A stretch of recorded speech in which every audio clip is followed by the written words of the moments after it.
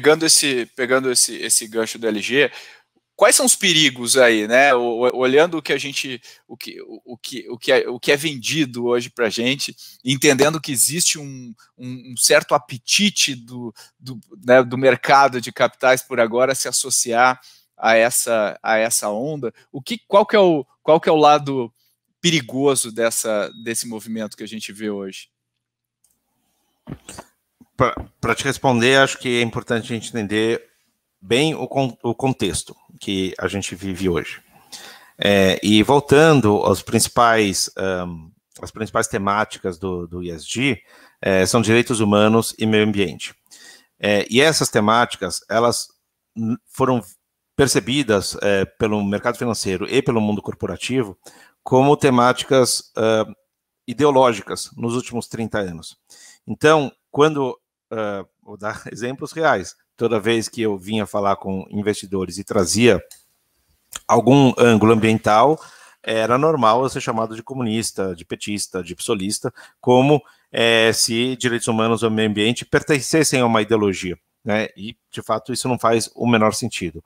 Mas, enfim, como o mercado financeiro tem uma ideologia predominante e o mundo corporativo também, essas temáticas que foram percebidas como da ideologia oposta, esses mercados afastaram esse debate. E isso não é coisa de 1 ano, nem de 2, nem de 5. É de 2 décadas, 3 décadas. Então criou-se um vácuo, é como se fosse um tabu. Olha, não posso falar sobre direitos humanos, eu não posso falar sobre o meio ambiente, porque esse é o assunto do outro lado, né? Que é um absurdo. Mas a consequência disso é que a gente criou um vácuo de debate, a gente criou uma falta de conhecimento absurda em relação a temas que são muito importantes. E aí, de repente, em um período muito curto de tempo, né, em 1 ano, houve o tsunami ESG, né, então as pessoas sentem a necessidade de darem respostas, sendo que não tem conteúdo ainda, nem no mundo corporativo e muito menos no mundo financeiro. E esse público é um público meio imediatista. Eu falei, poxa, como que eu não posso não dar resposta?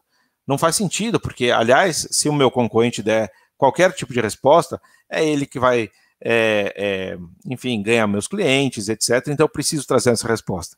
Então, ao ter a necessidade de falar sem ter o conteúdo apropriado, as temáticas do ESG, elas acabam sendo reducionistas, né? Elas acabam sofrendo um processo reducionista.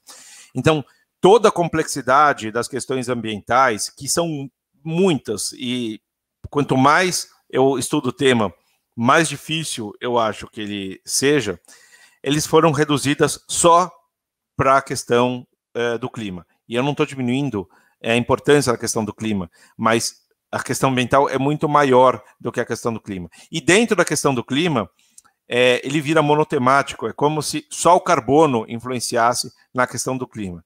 Então, é como se uma empresa, ou desculpa, um analista chegasse para uma empresa e pergunta quanto carbono você emite, e aí já está satisfeito com a resposta e interpreta a questão ambiental a partir daí. E o mesmo reducionismo aconteceu nas questões sociais, mas ali veio a temática principal de equidade de gênero. E aí, continuando nesse exemplo hipotético, então um analista vai para uma empresa e pergunta quanto carbono você emite, quantas mulheres você tem em cargos de liderança, e aí, satisfeito com a resposta, ele fala, legal, essa empresa aqui já é uma empresa ESG. Então, esse é um reducionismo, uma superficialidade que não faz o menor sentido. Enfim, qual que é o risco de tudo isso? O risco de tudo isso é que, como tem muito pouca gente fazendo trabalho profundo e muita gente fazendo trabalho superficial, o risco é que o superficial é o que vire, enfim, a percepção do que é correto, e o profundo vire nicho, né? Isso é radicalismo, enfim, é desnecessário. Então, isso é empurrado para um espectro lá da ponta, como se fosse um radicalismo, e a gente passa a ter a predominância do debate superficial. E se isso acontece, quem fará o engajamento correto com as empresas, né? Se os investidores chegam para as empresas e falam assim, quanto carbono você emite, quantas mulheres você tem cargo de liderança, e as empresas já entenderem que essa são os assuntos a serem tratados, quem que vai ter a visão crítica para perguntar se a empresa audita fornecedores, se tem trabalho escravo, se cuida de segurança no trabalho, se protege a biodiversidade, se existe preocupação com a economia circular, e assim sucessivamente, assim, os assuntos são inesgotáveis. Não existe, né? Então, esse é o grande risco, a gente virar carbonocêntrico e perder a essência do ESG de verdade. This is Growthaholics.